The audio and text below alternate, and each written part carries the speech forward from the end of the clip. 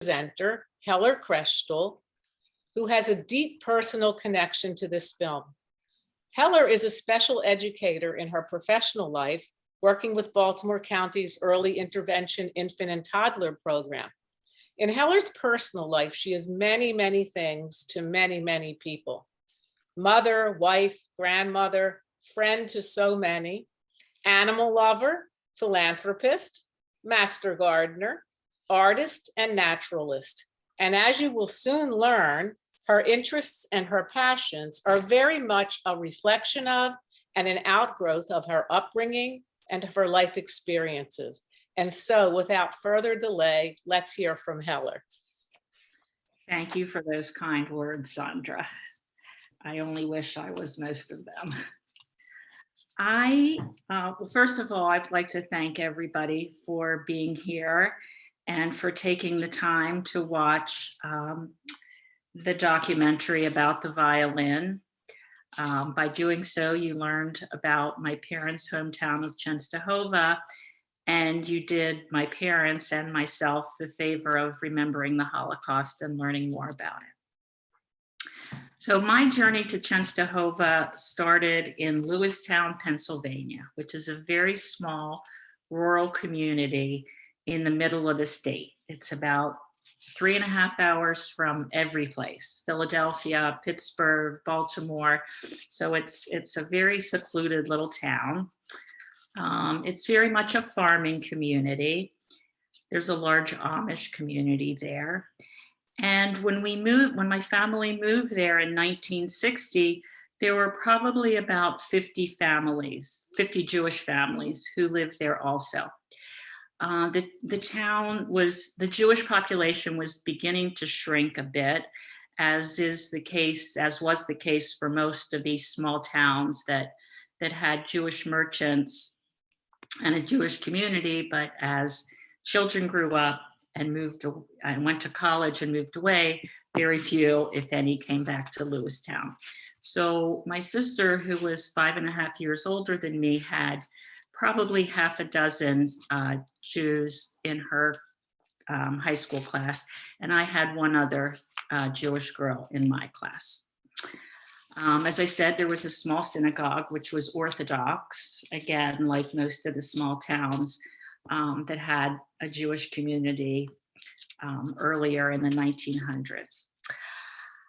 My early memories with my mom was other children. When I went to kindergarten, when I got a little bit older and had friends, friends used to say to me, "Your mom talks funny. Why does your mom sound like that?" And I didn't know what they were talking about. My mom sounded like my mom. And I could be, at a grocery store or out somewhere with my mom, and someone might say to her, "Oh, you have an accent. Where are you from?" And I could see that was something that made my mom very uncomfortable. And I could see that was not a subject to bring up out of bounds. And I would listen closely to how my mother would respond to those people. She had a couple responses.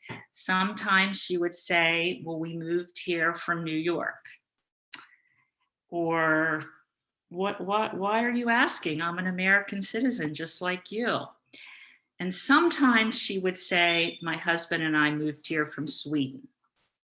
So that's what I remember. And I remember feeling almost like I needed to protect my mom from those questions, because I could see how awkward it was for her, how uncomfortable it was.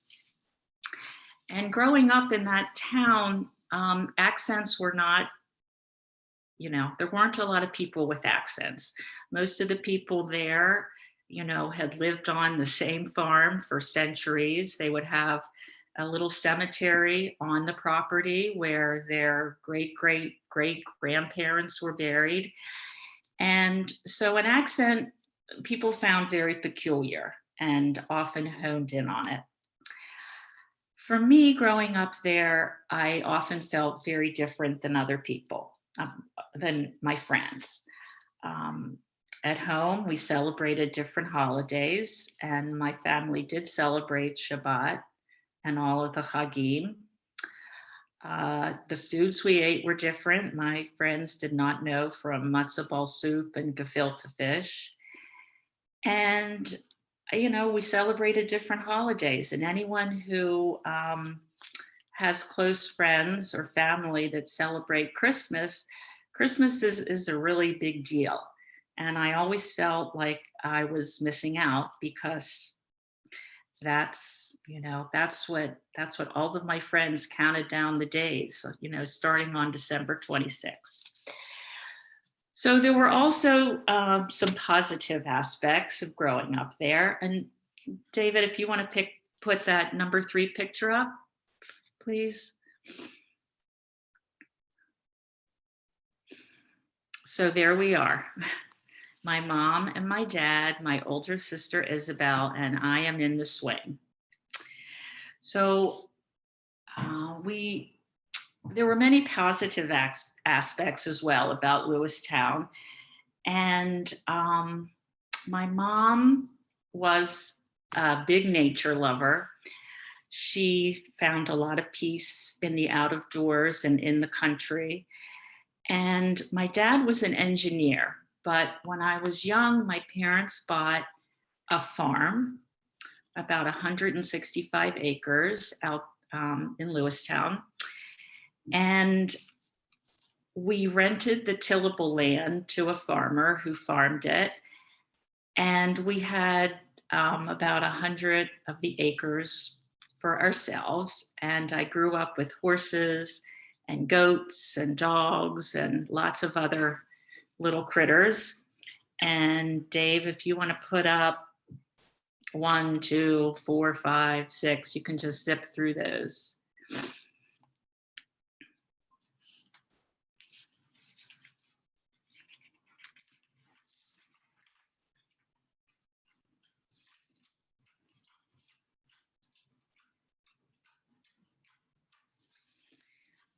So that's my farm.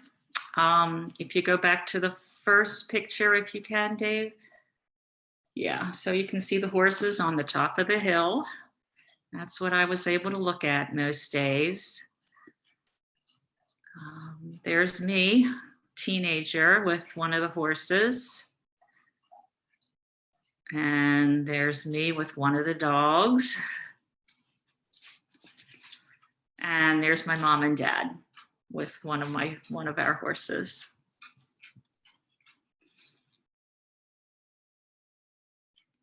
And there's my mom with one of our goats. And so there's my mom. The first picture on the left is my mom when she arrived at a DP camp after the war. She had typhus twice during the war, somehow survived that. She was liberated from Ravensbrück, which was a large women's concentration camp in Germany. And the picture of her on the right is probably about 5 years post-war. So she has a little bit of a different look.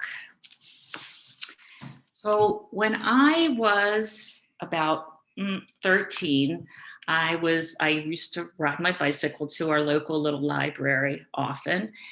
And one day when I was in there, I picked up a book and was leafing through it.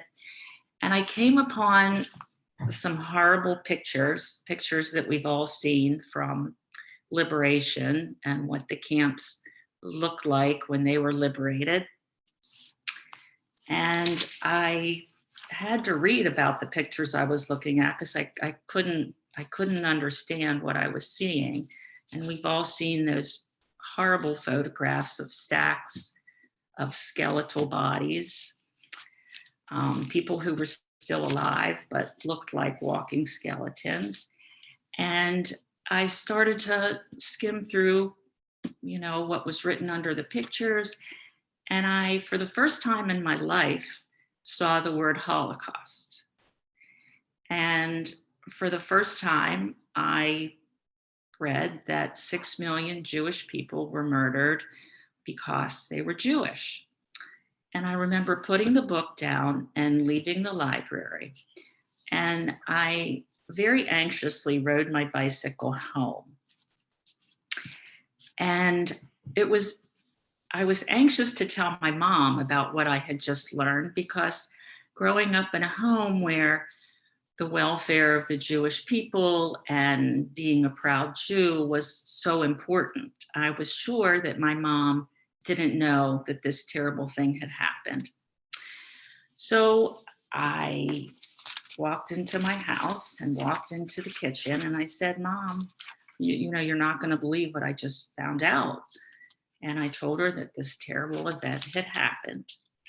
And it was on that day in the kitchen that I learned that there was a place called Chenstohova. And that, yes, my parents did move to Lewistown from New York. And yes, they did come to New York from Sweden. But before Sweden, they were they lived in Chenstohova, and they had gone through the Holocaust. My parents had both been in concentration camps. So that's really all I learned on that day. There was no further discussion, really. There was no additional information. I learned that everyone had died for the most part, but I didn't know the rest of the story. I didn't know anything else. There were no specifics. And I was told never to tell anyone in Lewistown that this had happened, that my parents were Holocaust survivors. So I learned about the Holocaust, but I learned little else. And while I did think about it at times, and it did make me sad, life went on, and I graduated from college, went off to college, graduated, and then moved to Baltimore. And shortly after I moved to Baltimore, my dad died. And it sort of, his death coincided somewhat with the building of the Holocaust Museum. And I think that was a real turning point for a lot of people, not only Jewish people, because the museum opened, and along with the museum's opening, Steven Spielberg was making his movie, Schindler's List. And I think because of that movie, all of a sudden, we were being told that the Holocaust survivors were heroes and their stories had to be told, they had to be preserved. And I think, you know, I remember all of a sudden you couldn't open the newspaper or Newsweek or turn on the news without hearing about a survivor's story. And that time also coincided with my becoming a parent, which I think when you become a parent, you become an adult. And what happened to my parents and the thought of not being able to protect or not being able to feed, the thought of someone leaving their baby with a stranger, took on a whole new meaning for me.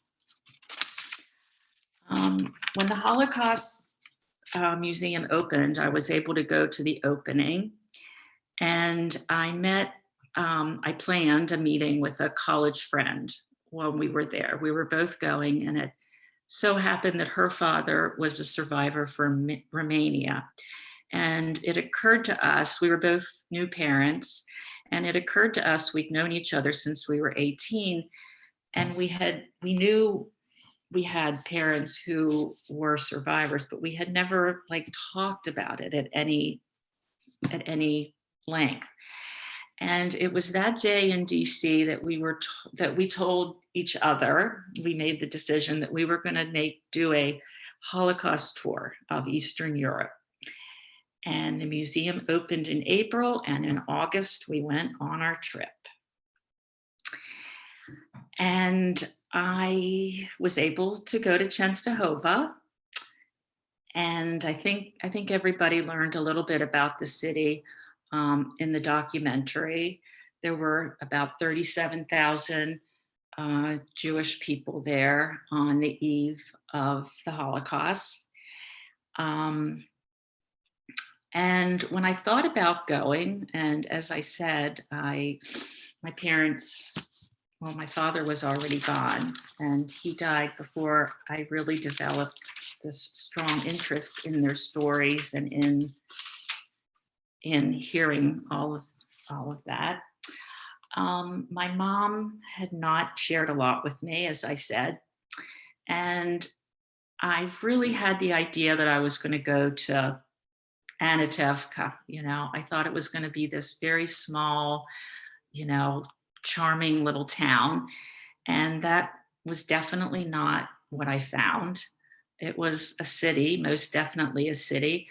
And I went there in the very early 90s. So it was after the wall came down, but I think Poland still had a lot of catch up to do. Um, so I think Mr. Rolat has done a lot for Częstochowa, and I think there are some changes there Jewishly, but that wasn't the case when I was there.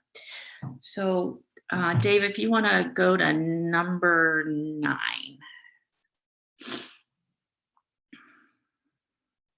Yeah, so that was my great grandparents' building. And the picture's a little deceiving. It goes pretty far. This 2-story building, and there were about 10 apartments in that building.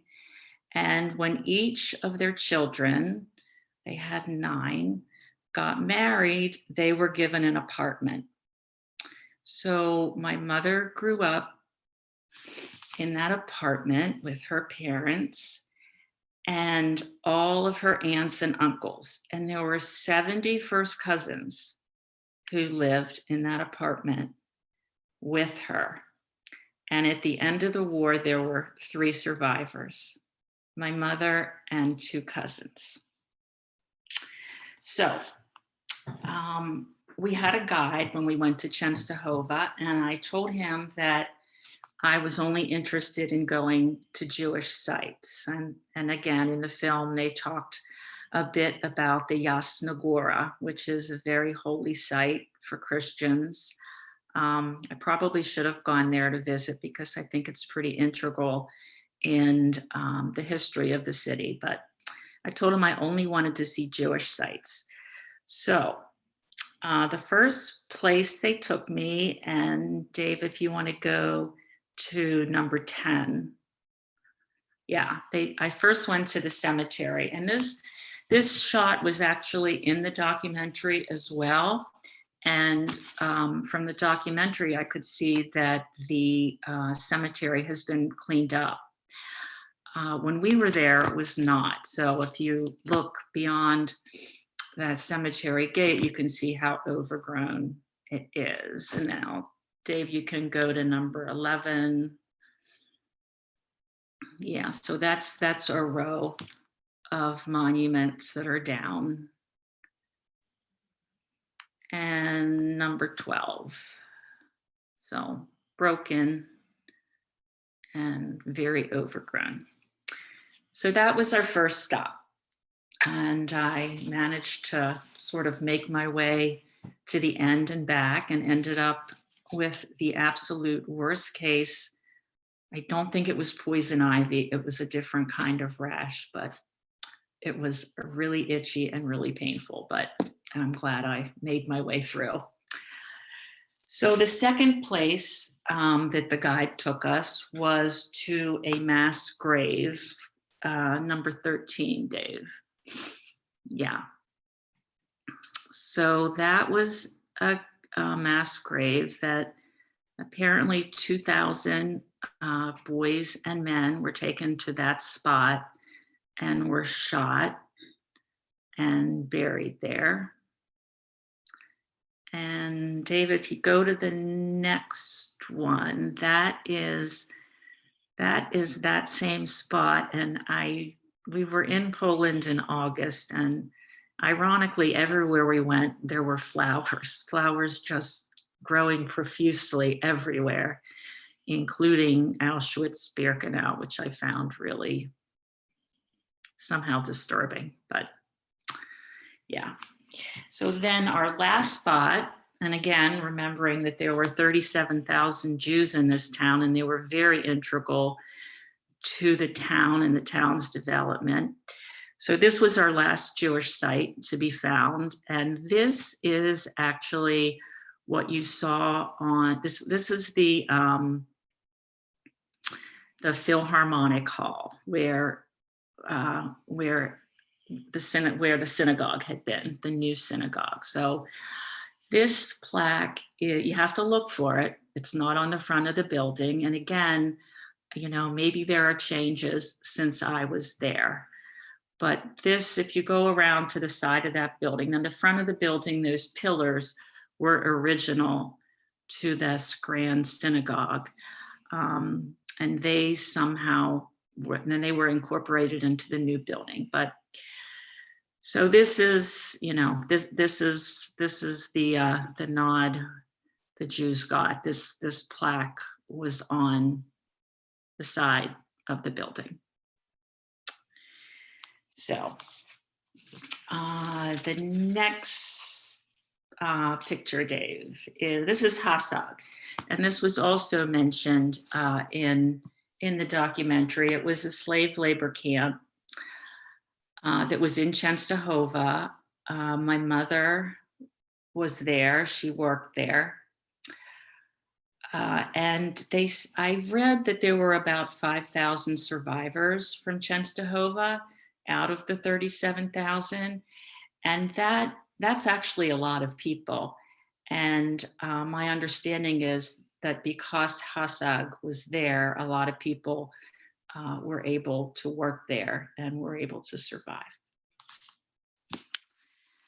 So we left Częstochowa, and that's what I found, not what I expected.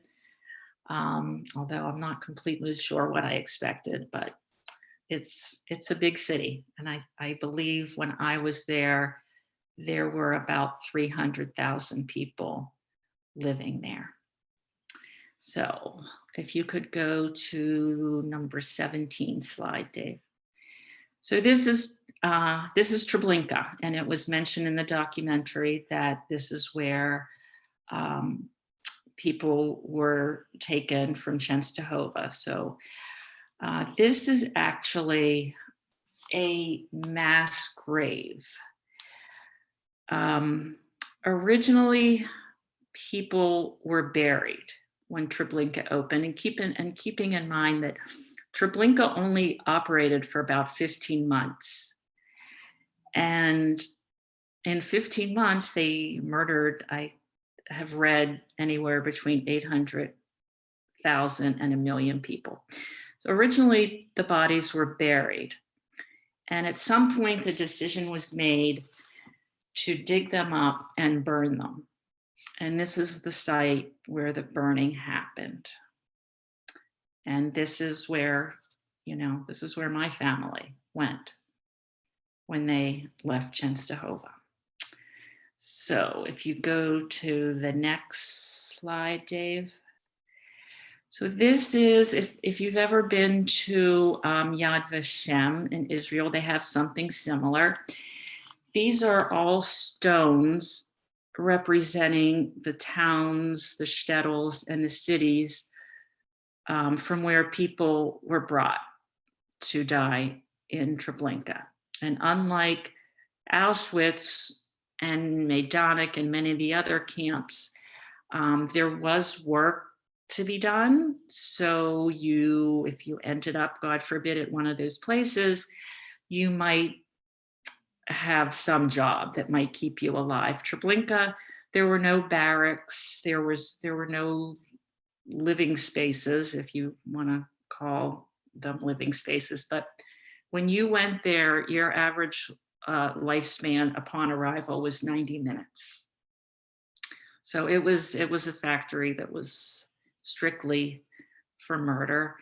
And as Mr. Rolat said, there was an uprising there, and it was deserted. The gas chambers were destroyed, and it was abandoned. So the next slide, Dave, number 19. Yeah, so this is walking into Treblinka. So they have that very large monument, and then just that sea of stones showing, like I said, the towns in the city. So if you can now go to the next slide. And let's see, I just got, I can't see the slide. I have ditched the 40-minute limit, experienced the advanced collaboration of Zoom. So I can't see the slide, but. Your beautiful family. Okay, so that is the second and the third generation right there.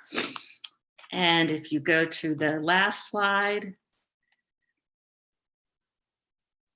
that's the fourth generation. So Hitler took a lot away, but not everything. There we are.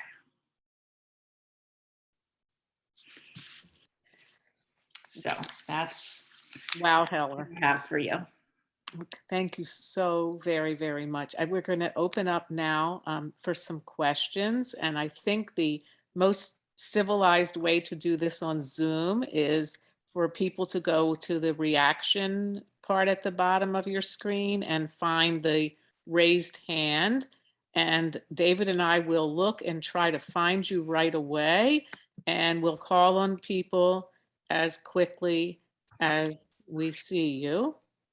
Can we get rid of You want to ask a question first? No, leave that. I can start us off with one question, Heller. Oh, here's Yes. Sharon. Sharon has a Oh, question. wait, Sharon Krever Weisbaum has a question. We'll let her take the lead.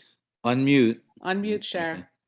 Well, it was the same question. I actually wrote you in this to everyone, but Heller, my friend, I was wondering, did your mom ever tell you more? Were you able to talk to her later in life? Yes.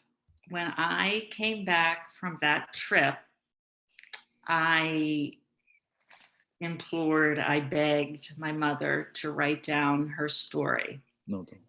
And it took her a long time. She could only do it in small spurts because it was so upsetting. But yes, she did. And I have her story.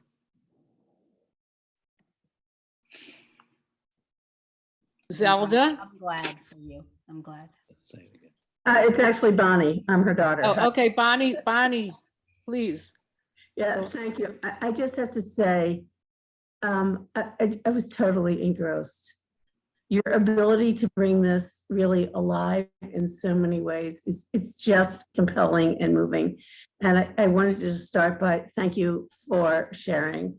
I also went to Poland a couple of years ago, and I found like just walking the grounds, and I wasn't necessarily in my family's ancestral town or anything like that, but I felt like I was there representing those that could no longer walk and could no longer talk and could no longer pray. And I was with a Jewish group, and we were saying Kaddish everywhere because there were so many sites where it was just doing it. So I just want to share one little uplifting story from that.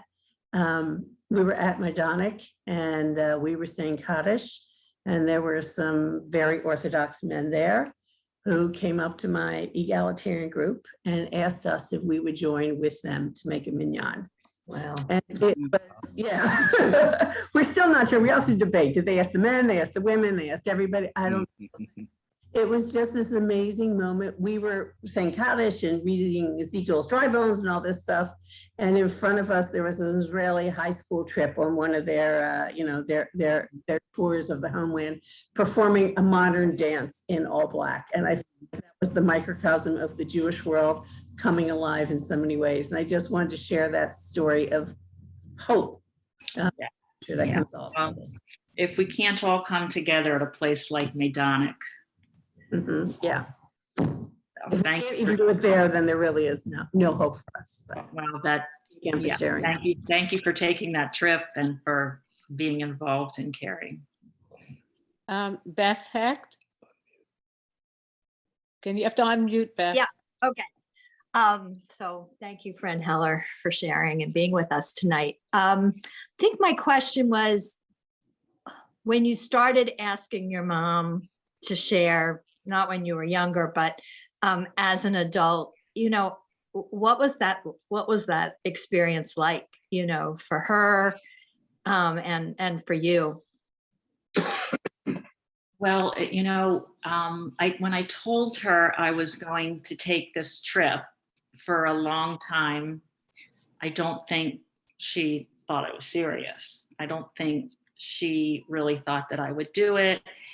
And, the few months went on and I kept saying, Mom, I'm going. She said, why are you going? There's nothing there. I can assure you there's nothing there. So the night before the trip left, I called my mom and I said, Mom, I'm leaving tomorrow.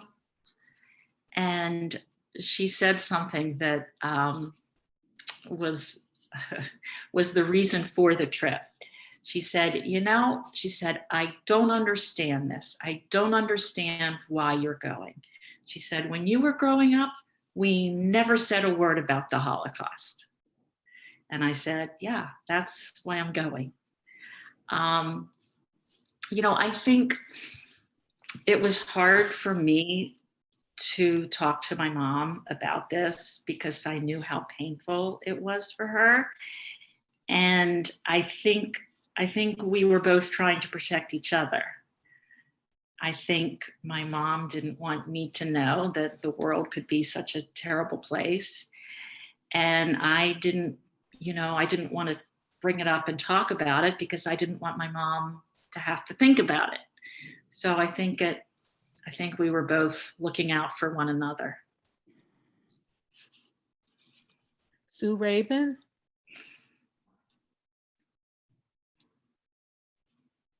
You have to unmute, Sue. Hi. Thank you for that, Heller. I know you realize how fortunate you are that you have your mother's story. My father was from Germany and my grandfather was killed in Dachau before the war.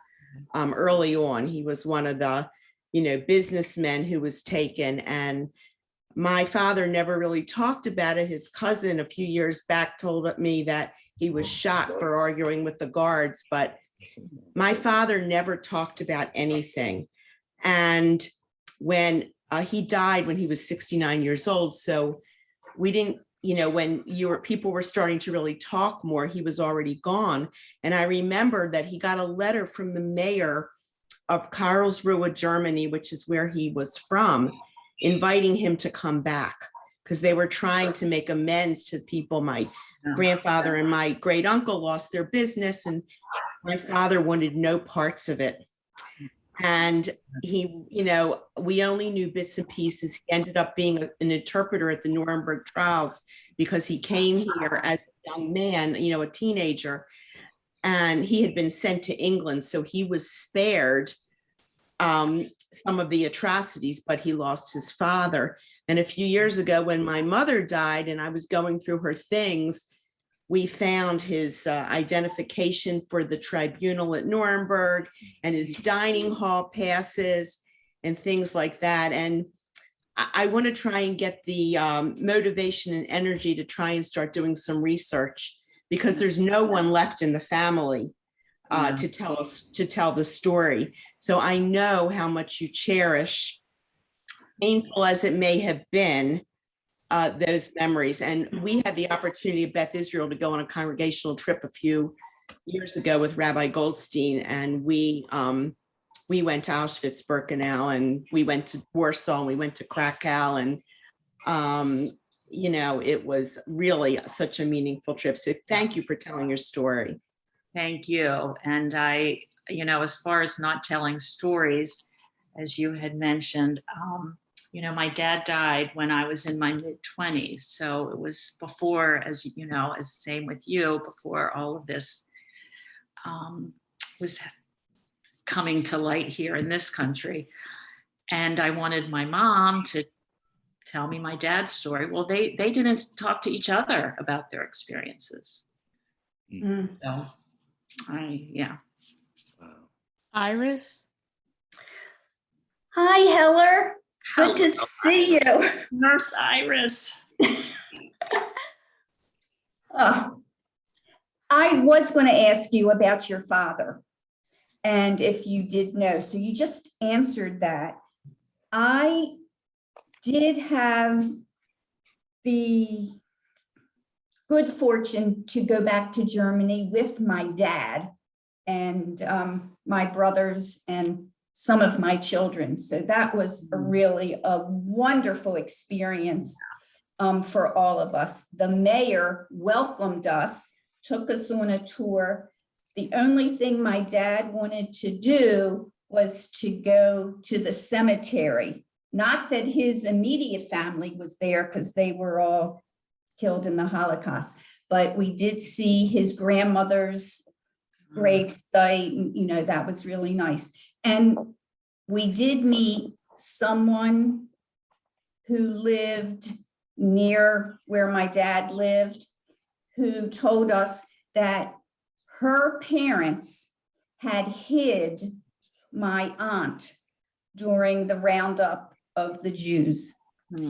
And she told us that my father's father gave them suitcases of all the Judaica stuff they had and told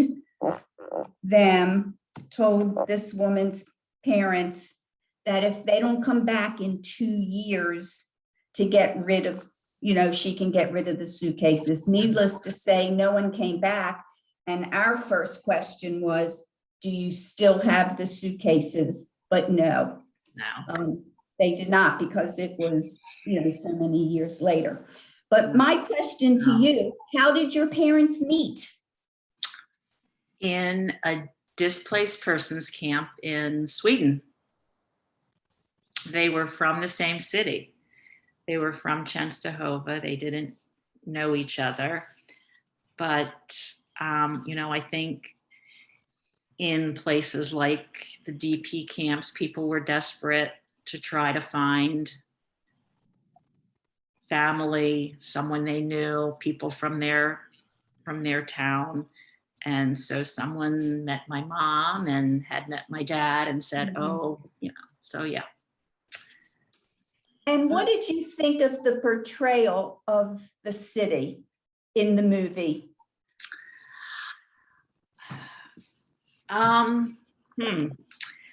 It looks much the same as when I saw it.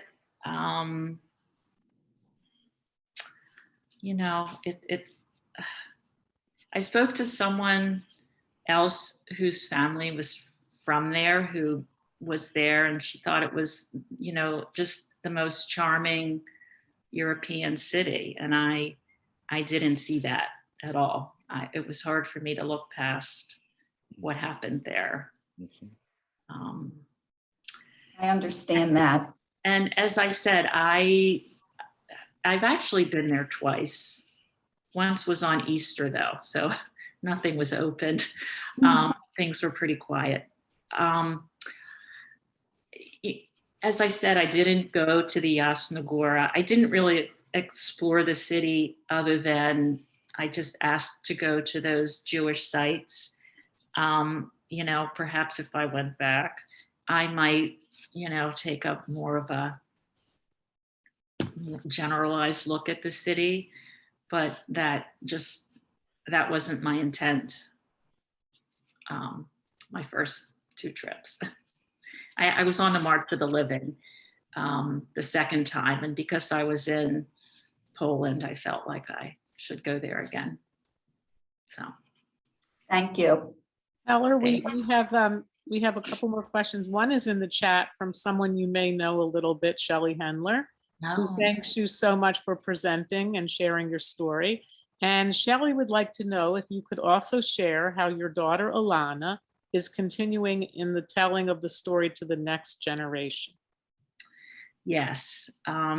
Someone once told me that in every survivor family, there's one child called the memorial candle who takes on the story and who takes on involvement in remembering and going forward. So yes, my Alana has become our new memorial candle because she has a whole presentation about my mom's story based on my mom's journal that she wrote for me.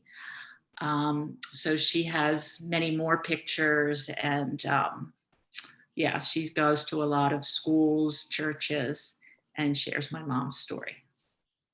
Wow, And we're very proud of her. I'm sure you are. Faith Friedman? Okay, hi.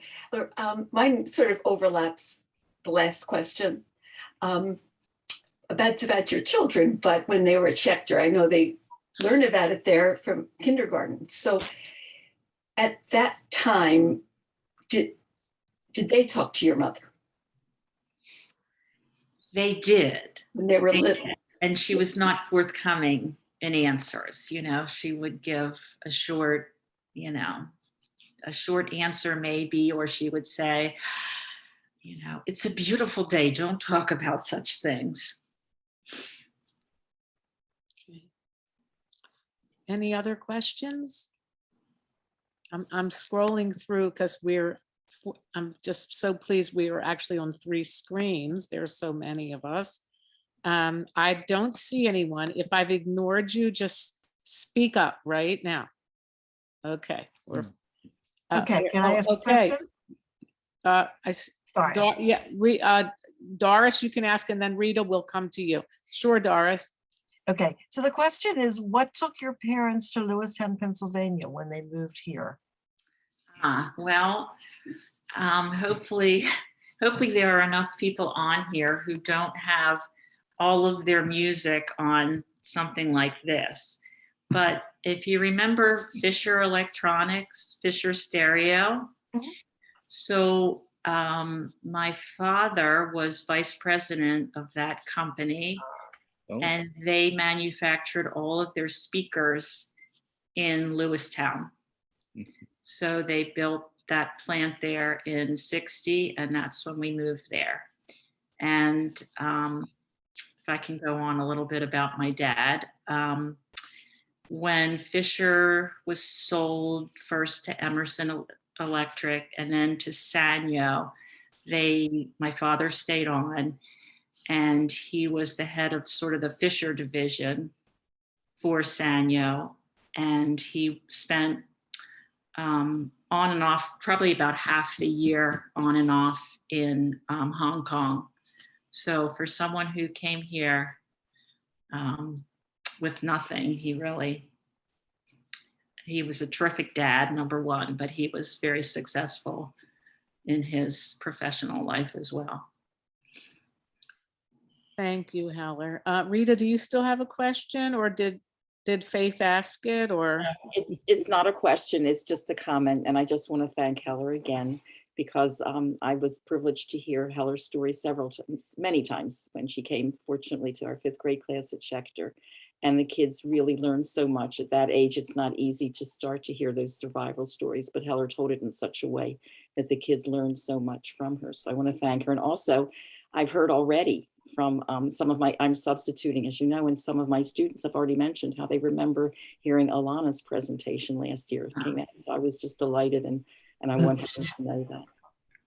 Thank you. Thank you, Rita. You've heard this before. But I learned more, and I saw pictures that I have never seen before. Yeah, and Heller's story just, the reason David and I thought to invite her is, I mean, we're just so fortunate, well, to have Heller in our lives to begin with, but the way her family story fuses with that beautiful, beautiful film, it just was an opportunity that we're so glad Heller availed herself so that we could have that together. And we thank you so much. I know it's not easy to tell, no matter how many times you tell it, but you really touched our hearts and our souls tonight. And I want to thank you. There are some lovely comments in the chat. I don't know, while you were talking, you're probably the only one who didn't have time to read them, and they're addressed to you. Thank you. But speaking of the chat, I wanted to direct everyone to the fourth one up, where it says, it has a picture of Beth Israel's logo. And David was even generous when he said a 2 to 3 minute. It's really a 1 to 2 minute survey. If you click on the link before you leave